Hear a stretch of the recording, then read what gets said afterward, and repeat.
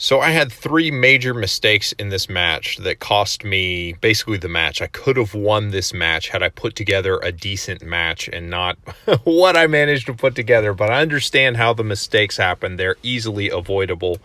And unfortunately, the first mistake, which you're about to see, is just a function of being a match director. I was running point on match directing this month. So I was not able to plug in and get mentally prepared to shoot. So the plan that I wanted to shoot was a little more complicated. I didn't think I could learn it in a shooter and execute it well. So I shot the easier plan, which you're about to see. So let's see here. There's a plate rack, and I wanted to shoot the plate rack from about right there. Do good going over there. And then there's a headshot box right there. Then you're going to run to this position, where basically there was target, then there are four no-shoot partials. There's basically four targets with a no-shoot between them. And then another headshot, and then two tuxedo targets, basically all from right there. This was not the plan I wanted to execute, but it was the easiest plan. It's just basically run here and shoot everything. So I missed the spot just barely, as you can see how that transition there, but well, the big first mistake here was because the no-shoot partials were so far away, I threw an alpha mic no-shoot, which was painful. My execution time was not great either. I was like 15 and change on time. I needed to be about 14 and change. The plan I wanted to do was going to be starting on this side with the no-shoots and backing out, shooting those four targets, backing out, shooting these guys, shoot the head box in the first tuxedo, run over here to the back left corner, shoot that target, this target. Then I would be advancing while doing that. Then I would shoot the headshot target and then the other tuxedo, and then run the plate rack from basically the same position I shot it in. And I'm pretty convinced that would have been a much faster plan, probably better than 14 seconds. All right, next stage.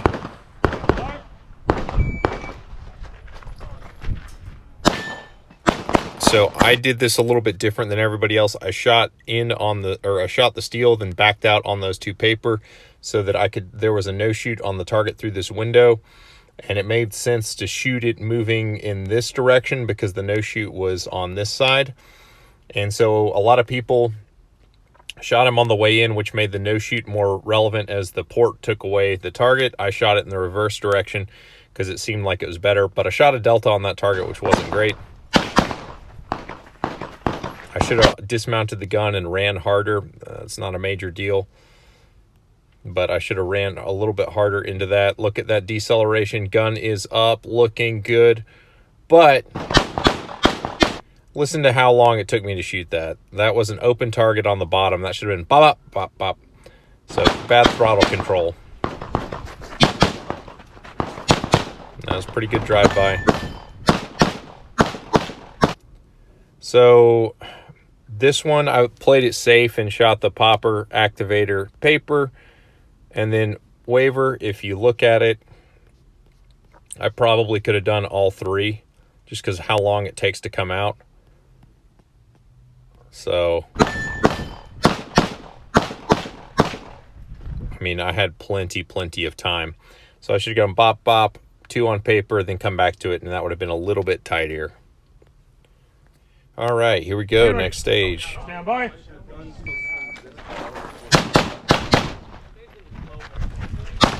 I actually won this stage. Or no, I didn't. That's the next stage. So I don't know about this shortcut. I did the shortcut around the edge. You had to come here anyway and shoot at least two, if not four targets. I think four made the most sense because it was the best look you got at any of the targets. I think a better way to have shot this would have been coming back through the middle and shooting while advancing on these targets here in the gap, because you got to shoot him. But this target down here, I could have shot while advancing, and then I could have just shot this guy, leaned out, shot this guy, and booked it on a cross. And I think that would have been a little bit quicker.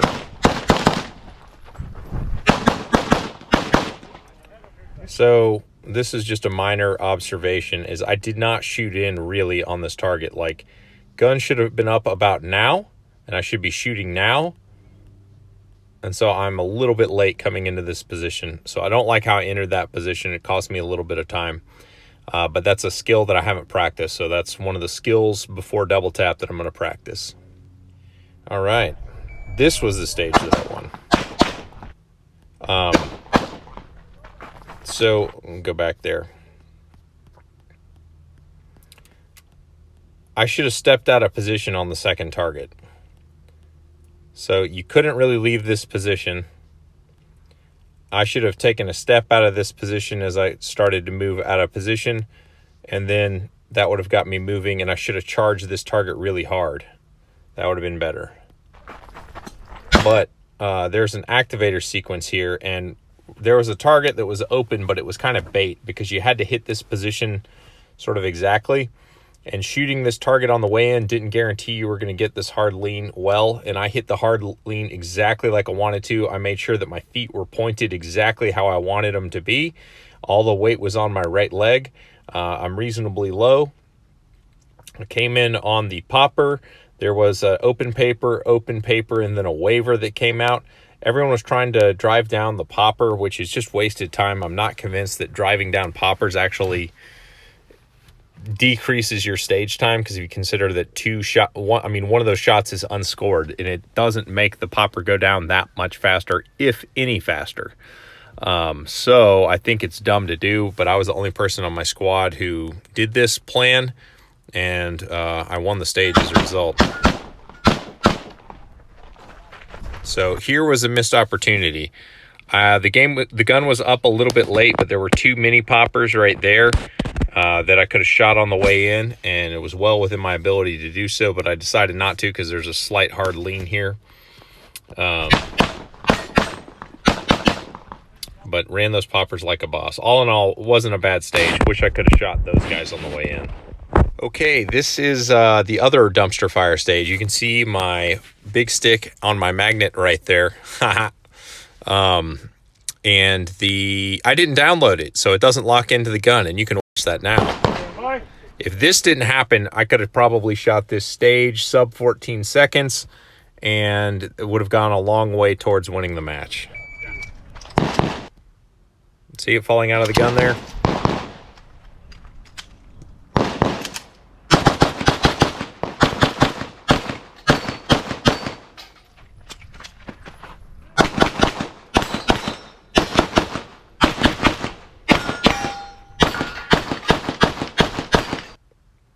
Had a hard time connecting on that last target. But yeah, there's basically about 4 seconds of missed times on a botched load, and about at least 2 seconds on shooting at that one plate because I was so rattled from how earlier it went in the stage. So that was not a good stage. All right, this stage, it's an L-shaped stage with a box right here. There's like 3 targets you had to shoot from the box, and then there was like a bunch of targets kind of all throughout, with like 2 poppers right here. And so that's basically how the stage was laid out.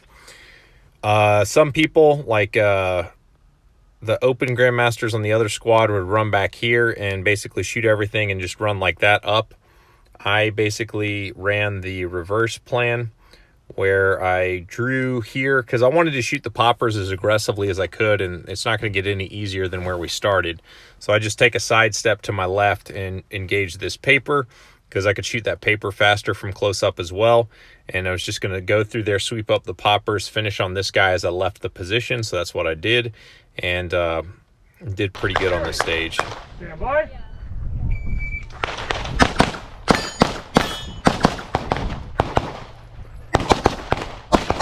That transition was a little bit slow, but not bad.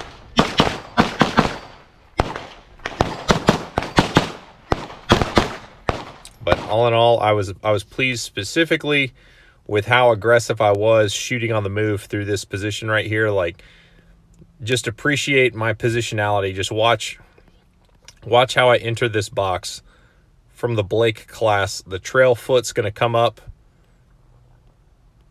and then the lead foot comes into the box just like textbook.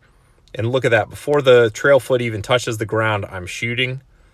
That's outstanding. My toes are opened up to the targets exactly correctly.